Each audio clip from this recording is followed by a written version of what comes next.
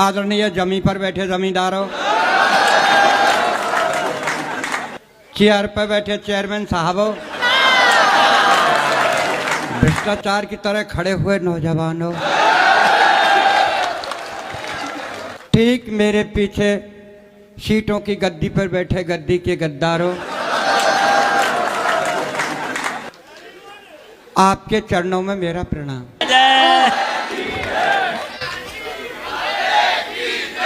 भाई साहब, मैं बहुत सीधा साधा कवि हूं।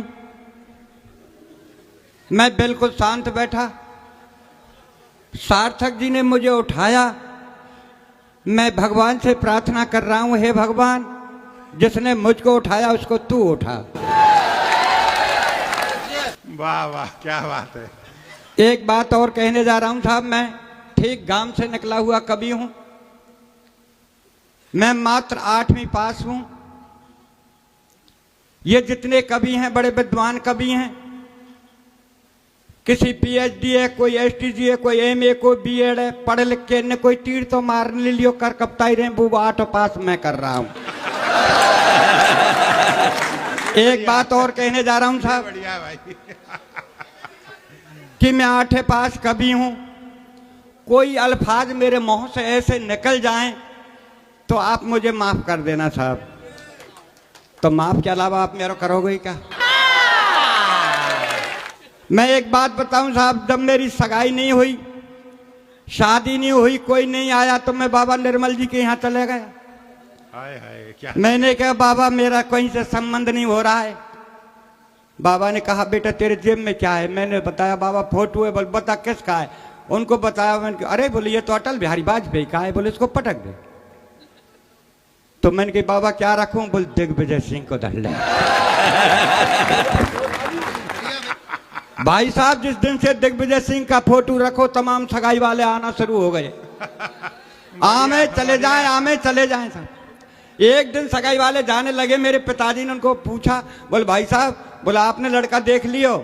तो सगाई बोले ठीक है हमने तो देख लियो, पर अब या कोई डॉक्टर को बताइयो। अरे डेगिया जी, आप एक बात बताएं, अगर फोटो दिग्विजय सिंह के से सगाई हो जाती तो राहुल गांधी ने तो पूरा ही रखा हुआ है। जब जब सोनिया जी भाषण करती हैं, जब यही बात कहती हैं कि बहु मत दो, तो राहुल बाबू को हुए कहां थे जब बहु मत दो ही के ही है। लीजिए साहब, मैं अपनी औकात पा रहा हूं। स्वागत है, स्वागत है। जब मैं घर से चला, मेरी धर्मपत्नी ने कहा कहां जा रहे हो? मैंने कहा मैं उत्तर प्रदेश नौझील जा रहा हूं। बोल ठीक है चले जाना, थोड़ा सा डिनर कर जाना। मैंने कि पगली डिनर शाम के भोजन को कहते हैं। घरवारी बोली शाम कोई दरिया तो है ही, और खासकर तेरे लिए रखे हो। बोल क्यों? बोल रहा थे हम कुत्ता मुंह देखो, मुझे फेंकना पड़ता है, इसलिए आप डिनर ही कर जा। भाई साहब, मैं हुए बस अड्डे पे आया। कंडक्टर बुरी तरह चिल्ला रहा, बाबा कहां जाएगा, बाबा कहां जाएगा? मैंने गुस्से में कह दिया स्वर्ग जाऊंगा। ले चलेगा क्या? ड्राइवर बोले बाबा आप मेरे पहिया के नीचे तो आ जाए, स्वर्ग पहुंचा दो। मैंने गुस्से में कहा मैं ड्राइवर तेरे 64 दांतों को तोड़ दूंगा।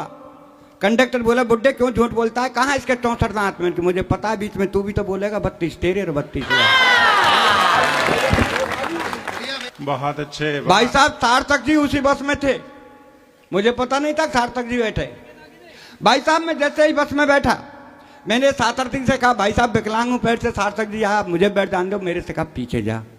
एक पीछे वाले मदर बीच बैठे, उनसे कहा मैं बैठ जान दो। भाई आगे जा, भाई साहब आगे जा, पीछे जा।